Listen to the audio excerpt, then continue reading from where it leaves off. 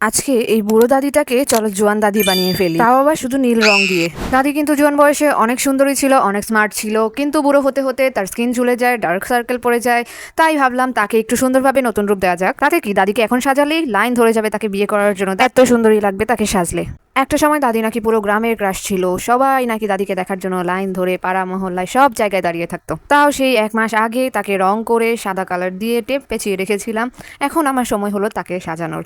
দাদি বিলাই, এখন তো আমি বুড়ো হয়ে গেছি, আমার তোর কি দরকার আছে? আরে দরকার আছে দাদি, তুমি ছাড়া আমার চলেই না। তো তোমাকে সাজিয়ে আমি নিজের সাথে নিয়ে নিয়ে ঘুরবো। তো আমি কিন্তু প্রথমবার দাদিকে সাজাচ্ছি, অর্থাৎ প্রথমবার টোট ব্যাগ রং করছি। এটা কিন্তু আগে কখনোই করা হয়নি আমার, তাই ডোন্ট জাজ, হাসবা না। দাদির কিন্তু একটা অসমাপ্ত প্রেমের গল্প রয়েছে। দাদি একটা তার বয়ফ্রেন্ড বা কি বলা চলে প্রেমিক, তাকে খুব ভালোবাসতো। তাদের সেই তৎকালীন সময় চিঠি বিলি করা ভালোবাসা ছিল, কিন্তু আনফর্চুনেটলি তাদের বিয়ে হয়নি। একটা সময় নাকি পুরো গ্রামবাসী দাদির জন্য পাগল ছিল, রাস্তায় পাড়ায় মহল্লায় সব জায়গায় দাদির সৌন্দর্যের চর্চা হতো। এখন সে এতটাই নেতিয়ে গেছে যে তার হাঁটতেও অসুবিধা হয়, তাই তাকে রং করার ডিসিশন নিলাম। আমার এত বানানো গল্প শুনতে কার কার ভালো লাগে জানাও, আমারও উল্টাপাল্টা গল্প বানাইতে ভালোই লাগে। Don't take it seriously. And দাদির সাজা দেখতে দেখতে দাদির সময়কার গান শুনতে থাকো, অ্যান্ড কমেন্ট বক্সে বলতে ভুলো না আমাদের কিউট প্রিটি লিটল দাদিকে কেমন লাগছে। সো দাদি, this song is for you. বারবার মিউজিক কপিরাইট খাওয়ার পর আমি আর এই সংটা দিব না, নীলাঞ্চনা দিয়েছিলাম। অন্য কথা বলি চলো, তো দাদুর কথায় চলে আসি। আমার কিন্তু দাদু অনেক ছোটোবেলায় মারা গেছে, আমার ক্লাস 3-তে থাকতেই মারা গেছে।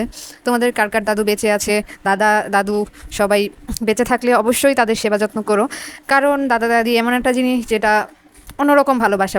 বাবা মার থেকে মার খাওয়ার সময়ও মনে করো তারাই আমাদের সেভ করে, তারপরে লুকিয়ে লুকিয়ে টাকা দেওয়া। আমি তো আমার দাদির থেকে লুকিয়ে লুকিয়ে হচ্ছে গিয়ে গুঁড়া দুধ খাইতাম। ব্যাপারটা অনেক ফানি, বাট আমার মনে করো আম্মু তো হাতে তখনকার সময়ে গুঁড়া দুধ দিত না, দিলে গোলাই দিত। তো তারপরে আমি দাদির কাছে গিয়ে হাত পেতে পেতে হরলিক্স দুধ এইগুলো লুকায় লুকায় দাদি আমাকে দিত। অ্যান্ড দাদির থেকে দাদির আগের জামানার গল্প শুনতে তো খুবই মজা লাগতো। সব সময় দাদি আমাদের তার আগের কালের গল্প শোনাতো। আমার ফুপ্পিও এরকম ছিল, আগের কালের গল্প শোনাতো, তাদের সময় কি ছিল কি ছিল না, কত কম টাকা, ইভেন তাদের সময় নাকি 1 টাকা দিয়ে অনেক কিছু পাওয়া যেত, 1 টাকা 2 টাকা দিয়ে নাকি বিয়েও হয়েছে। তো এইগুলো শুনে অনেক অবাক লাগতো, কারণ এখন তো 1 টাকা 2 টাকা তো দূরে থাক, 10 টাকায়ও ভালো কিছু পাওয়া যায় না। দাদিদের আমলে তারপরে 4 আনা পয়সা নাকি কত পয়সা যেন 25 পয়সা, এগুলো দিয়ে 4টা 5টা করে চকলেট পাওয়া যেত, তারপরে আইসক্রিম পাওয়া যেত। এই বিষয়গুলো অনেক মজার। অগি কিন্তু আমার সবচেয়ে ফেভারিট। এটার মাঝখানে আমি কিন্তু হাইলাইটিং করার জন্য, গ্লস করার জন্য আমি ভার্নিশ ইউজ করে নিয়েছি। মাঝখানের কথাতে আমি বলেছিলাম গান শোনাবো, বাট গান শোনার দরকার নেই, কারণ গানে বারবার কপিরাইট আসে, এত মেজাজ খারাপ হয় যে ফেসবুক পাইছে এটা কি আমি বুঝি না। কত এডিট করে দিলাম, তারপরে মিউজিক কপিরাইট আসে, থাকবে। তো তোমাদের কাছে কেমন লাগছে অবশ্যই জানাইও। দাদির এই গল্পগুলো শুনতে শুনতে কার কার দাদির কথা মনে পড়ে গেল বলো তো, সেই ছোট্টবেলাকার কথাগুলো। কার কার অগি পছন্দ বলো তো। ভিডিওটা ভালো লাগলে অবশ্যই লাইক কমেন্ট শেয়ার করে দিও। টাটা।